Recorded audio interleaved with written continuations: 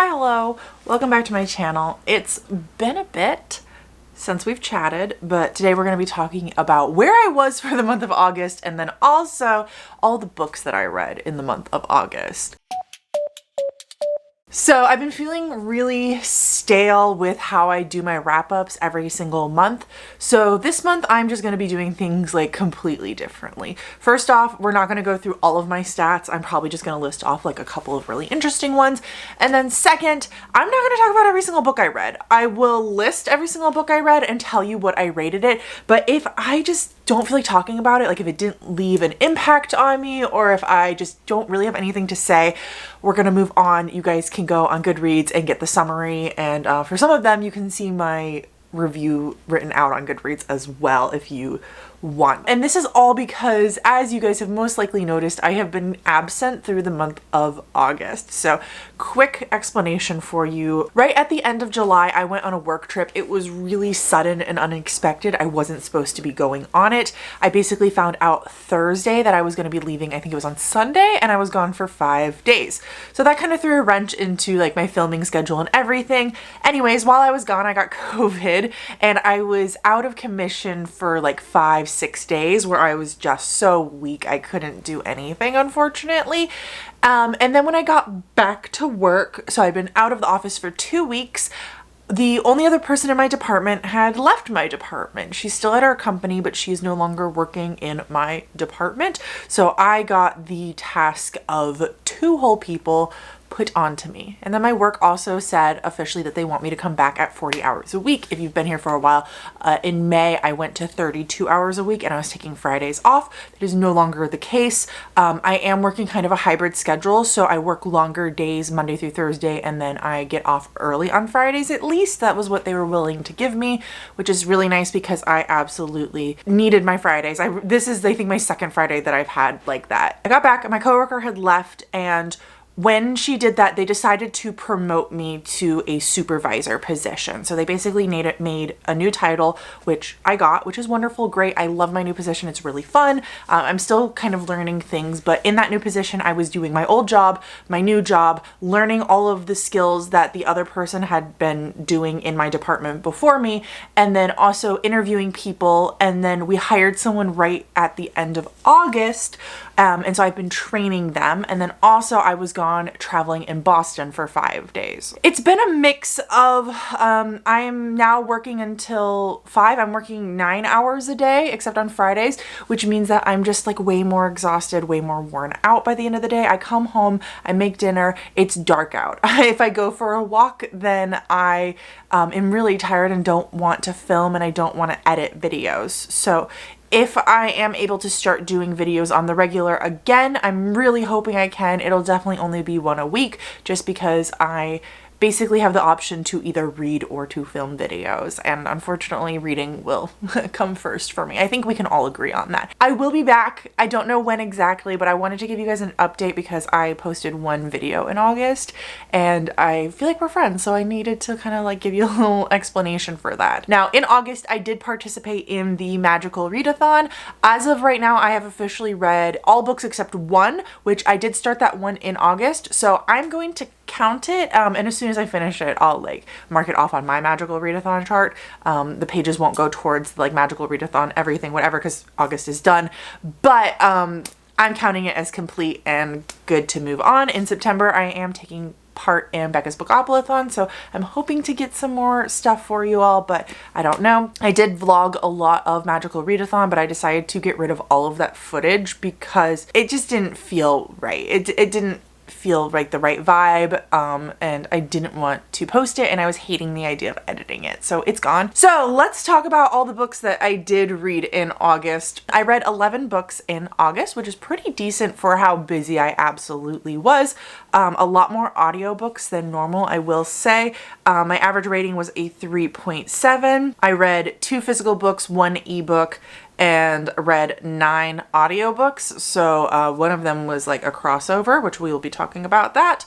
It was a total of like 1,200 pages. It's super low for me. I normally read way more physically, but it's hard for me to read right now at all. I'm just so worn out all the time. My audio was around like 54 hours.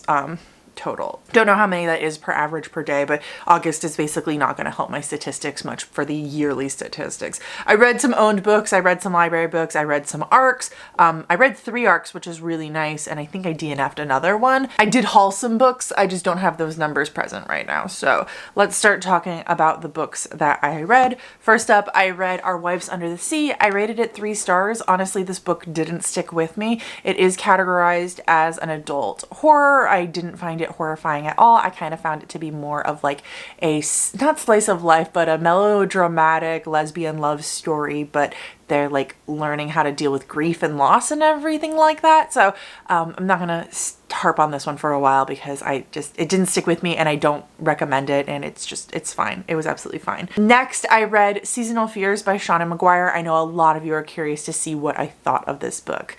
So I hated it, first off. I rated it a 2.5. Honestly, the longer I think about it, the more I want to rate it a 2-star, but it was just awful. Like the first 100 pages, I was really kind of into it and I was enjoying myself, having a fun time. If you're unfamiliar, Seasonal Fears is the sequel to Middle Game. A lot of people read Middle Game and loved it. I was one of them. I read Seasonal Fears. It's kind of like a standalone sequel. There are some references and characters from book 1, but you didn't necessarily need to read book 1 to read this one. But I will fully stand with the idea that you should just read book 1 and end it there. My biggest issue with this book is I feel like it tried to explain too many things. So one of the things I loved about Middle Game is how open it left the magic in the world, and you're kind of confused through the whole thing and it's just not really explained to you super well. And this book really tried to explain why things are the way they are, the manifestations, why people can control certain things. And I just wanted it to have a little bit more unexplained magic to it. And then the second reason why I really disliked this book was the main characters. So in book 1, you're following twins, Roger and Dodger, and they can control like logic basically versus like language kind of a thing. And in this book, we are following Harry and I don't remember her name. It starts with an M though, and they are dating and they've basically been together since they were wee little children. And the way that like Harry talked about his girlfriend, I like really couldn't stand it. And I thought that maybe it was going to be like a point brought up later and they were going to kind of be like, oh, you're not supposed to be this possessive of her, you're not supposed to be whatever, this is not love, this is infatuation. But no, they then went on to blame it on the magic. So I was not a fan. I don't think I would read anything else if she wrote it in this world, to be honest. I like Shauna McGuire. I'm not obsessed with her, but I think she does a good job in a lot of her books. So I'll read other things by her in the future, just probably not this. And then I read All of Our Wrong Todays, which I hated.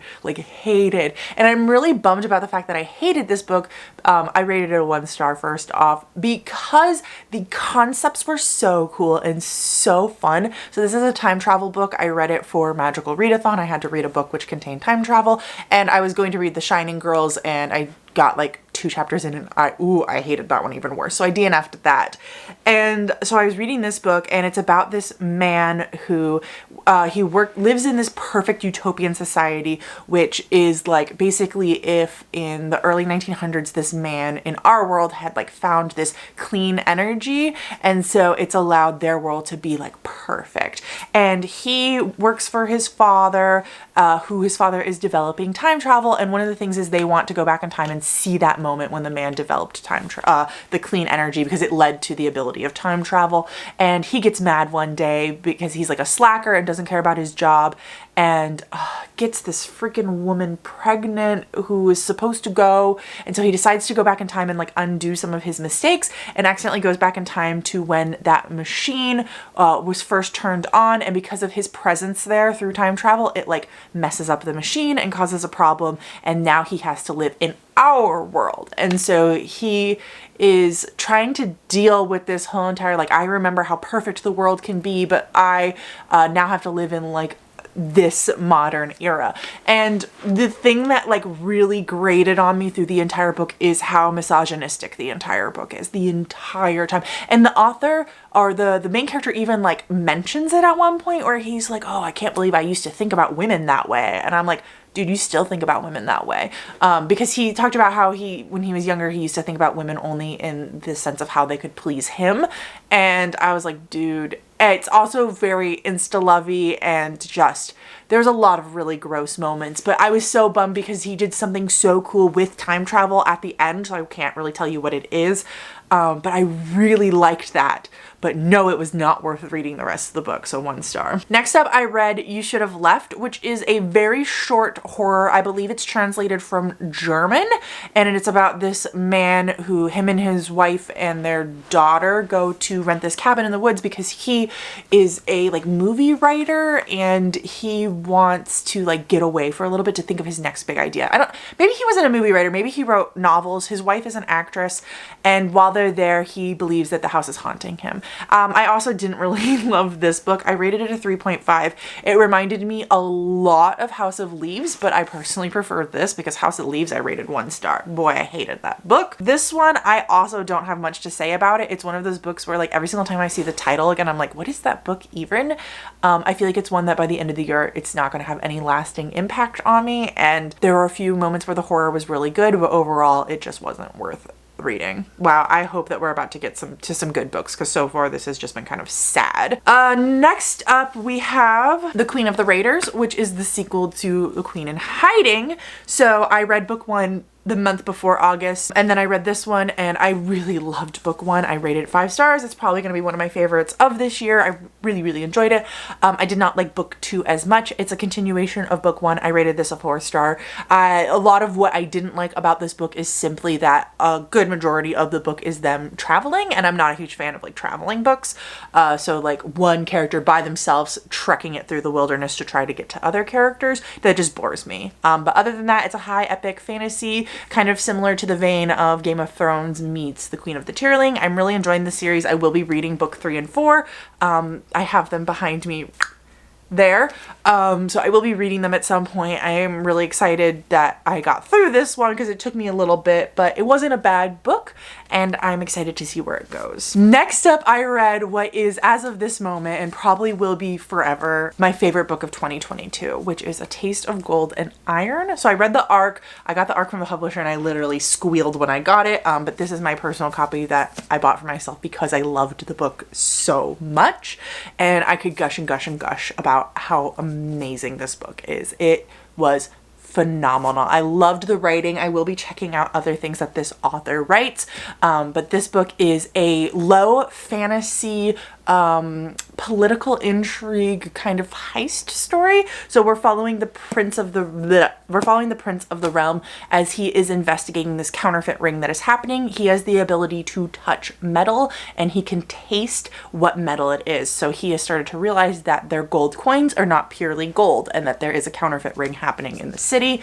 There is also a problem that happens right at the beginning of the book, and because of this problem, he gets a new guard.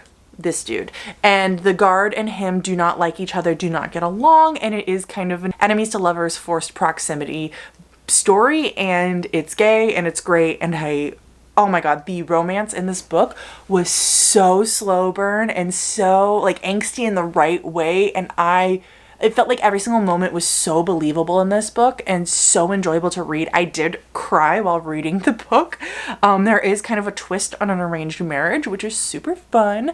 And there's also just a lot of conversations about sexuality and gender and love, and like there is a ex-lover of the prince who is very relevant in both of their lives, and it was really interesting to see how that third character who used to be in a relationship with one of them plays with the others, but there's no form of jealousy or betrayal or anything like that. It was just a lovely book, and I'm not gonna shut up about it anytime soon, and I'm kind of bummed I didn't get to read it with you guys because it was so phenomenal. Just absolutely. If you get nothing else from this video, you should check out this book. It was so good. But I will say, I saw someone on TikTok talking about how if you go into this book expecting like a high epic grand fantasy, you're going to be kind of let down because the fantasy elements are so little and so low. So I will stand and agree with what that person said, but I found myself really enjoying it anyways. But I have been getting really into that like political heavy fantasy storyline recently, so I think that's also part of why I was able to enjoy this so much. Just wanted to add that little like caveat at the end. It is definitely adult, but I think that it could be enjoyed by a wide range of people, but it definitely does not feel YA at all. Next up, I read Heart of Mist, which was a reread. I read that a long time ago. It's really funny because the first time I read it, I rated it a 3-star, and the second time I read it, I rated it a 4.5. I was heavily impressed by how much I enjoyed reading this book. This is a YA fantasy about this young girl who has magic and is trying to get rid of her magic because magic is basically outlawed in this realm. And so she gets, because of her trying to figure out how to get rid of it, the government of this country starts to notice her and sends some guards to bring her back to the king. And when she is being like dragged back to the king by these guards, she gets saved by these women soldier who live in the woods and like travel around and are trying to do like good in the world. There's also this like deadly mist that's traveling through the entire world, although that's not super prevalent until book 2.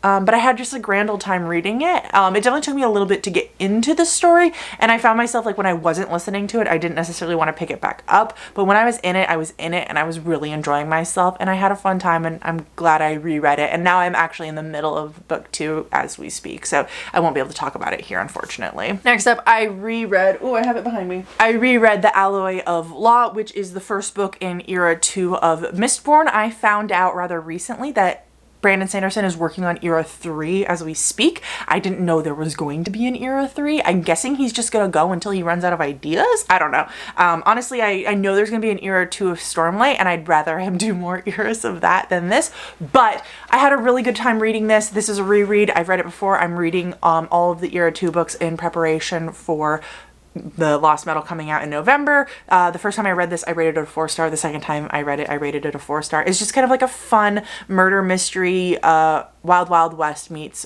Industrial Revolution kind of a story. We're following Wax and Wayne. Wayne is, oh, I can't remember which one it is. One of them is like an ex kind of cop, and he got drawn back into the safety of a city life where he could just be like a noble person, and then these weird crimes start happening. So Wayne comes back, who used to be like his deputy kind of a thing, and the two of them start to investigate things together. There's also this woman that they team up with. It's a fun story. It's not anywhere near my favorite Brandon Sanderson book ever, but it's fun and enjoyable, and I'm glad I reread it. Next, I read I'm the Girl by Courtney Summers. She wrote Sadie. This takes place in the same world as Sadie, but they are completely unrelated stories. In fact, the only connection that they have is that in this book, she references the movie Sadie. So in this world, there is the book Sadie was released, and then someone decided to turn it into a movie, and our main character has seen that movie, and you meet like the director of that movie. But other than that, they're completely unrelated, although the themes and topics are very similar. I will say I enjoyed Sadie a lot more, but this book was a mixed bag. So when I first started, I really did not like it, and I thought about DNFing it. It was so hard to get into, and I felt like I had been given a puzzle, but I was missing half the pieces, and I was trying to put together this story, but I didn't understand like what was going on and where all these different things were coming from. As the story went on, I decided to ignore that, and I felt like what happened is that I stopped trying to make the story something I was familiar with and just let Courtney Summers take me where I needed to go and let her direct the story how it needed to be told. And so I kind of didn't necessarily get more explanation, but I gave up my need for an explanation and was like, this is just the story I'm being told, and that's fine. I'd say around this 60-70% mark, I started having a really good time reading this book. Really good is a horrible thing to say when you know what this book is about, but I started getting into the story, and I started like wanting to read it, and I got to the point where it was hard to put down. I was reading it like really late at night one night, and I do not stay up late anymore. So this is the story of a young girl. She's being raised by her brother because both of her parents are passed, I want to say. And her mom died while working for this hotel. She was kind of like a concierge, but more in a sexy way. So she kind of helped guests who needed company. Yeah, and that's never totally explained. Like, that's one of the things where I was like, what exactly is she doing? But it's not totally explained to you. Now, she uses her beauty to fight back against the world and to try to get ahead in the world. She's a very beautiful woman, young girl, and she has been told multiple times how beautiful she is. Now, she decides to get a job at this place, but she's not super happy with the job that she ends up getting, and so it's kind of a struggle for her at this company, whatever. Now, at the very beginning of this book, she is walking home one day and she gets hit by a car, and she's not doing great, but she kind of like pulls herself forward a little bit and finds the mutilated dead body of this young, I think she's like 13-14-year-old girl. And the whole entire like side plot of her working at this company that killed her mother is her trying to figure out, like teaming up with the sister of this dead girl to try to figure out what happened to that girl. And it's really rough. Majority of the book, the themes are going to be about the atrocities that grown men can do to young girls. Women, of course, too, but specifically to young girls who do not know to defend themselves yet. And so if you're not ready to deal with that kind of a thing or read about those dark, heavy topics, this book is not the one for you. But I, by the end, really enjoyed myself. Hate this cover, but I liked it, and I think I will recommend it. I don't know. I'm a little on the fence about it. It's what it is, but by the end, I was like, dang, she really like had a point. Up next, I reread The Sword of Kaigen, which was great because I actually hadn't read the physical copy yet. So this time I did audio and physical copy, and I marked every single time I cried while reading this book, which ended up being 10 times. 10 times! Way too many. Whoop! Anyways, I've read this book before on my channel. I've talked about it multiple times on my channel. I love this book. It is like a modern, low fantasy Asian story, Asian author. It's so good. It's about a mom and what she's willing to do to protect her family, and it's about a son and learning that the government has propaganda and isn't exactly what he thought they were going to be. It's heartbreaking, and it's so good and so enjoyable, and I, of course, rated it 5 out of 5 stars once again. So if you want to know more about it, I'll let you go and find the other video on my channel if I forget to link it. And then finally, the last book I read this month was The Body by Stephen King. So I've been telling myself I'm done with Stephen King for a while now. After I read Salem's Lot, you were going to be hard pressed to get me to read another Stephen King. That book wrecked me. That was hard to get through anyways. But I have really enjoyed some Stephen King in the past, so I wanted to give him another shot. And I specifically needed this book for Becca's Book-Oplathon. I read it like the day before September started. I don't care, whatever, it counts. This is the story the movie Stand By Me is based on. If you haven't seen it, it's about these 4 boys who hear about a dead body and they decide to go on a hike to go and see it. And the book is actually loosely based on this event that happened to Stephen King when he was rather young. So it takes place in the 1960s. You're going to get a lot of homophobia, transphobia, xenophobia, racism, misogyny, all of that grand stuff that seems to happen in every single Stephen King book. But I felt really pulled along by our main character Gordy, and I was really interested to see what was going to happen, and I was curious to see how seeing this dead body, this adventure these boys were going to go on, was how it was going to change their lives. I definitely didn't love the ending, mostly because I felt like Gordy left the whole entire event that he went through with these boys and left kind of with the idea that he was better than the rest of them. But I really enjoyed the journey that they went on together, and I really enjoyed the movie Stand By Me. So it's very, very similar. There's a few like small things that are different, but it's pretty much the same story. So if you've seen one, you've seen the other. And I should honestly rewatch it because I do enjoy that movie. And it's been a long time since I've seen it, and I should see if I still enjoy it because I definitely don't enjoy the same movies anymore. But I ended up rating it a 4-star. So I because of this, I have decided I will give a few more Stephen King books a shot. If you have any suggestions for what I should read next from him, leave it down below. I'm kind of thinking The Institute. I don't know why that one has stuck in my head, but it has. The ones I've read are It, Pet Sematary, The Outsiders. I've read a couple of his short stories now. I think those are the main ones. And then Jerusalem's Lot, which I freaking hated. Anyways, it's Salem's Lot. I've also read the short story Jerusalem's Lot. I don't know why I didn't learn my lesson with Salem's Lot the first time, but I decided to read the short story related to it. Oh, I've also read Carrie, which I felt mediocre about Carrie. That's it. That's all the books that I read in August. Yeah, I feel pretty good. I'm hoping to get some more videos out for you guys shortly. I hope you're all doing well, and I will be back. It's just a matter of right now, things are what they are. I don't know if you just heard that, but my neighbors are out. Anyways, I appreciate each and every one of you. I don't remember how my outro goes, but until next time, I will talk to you in the comments. Bye!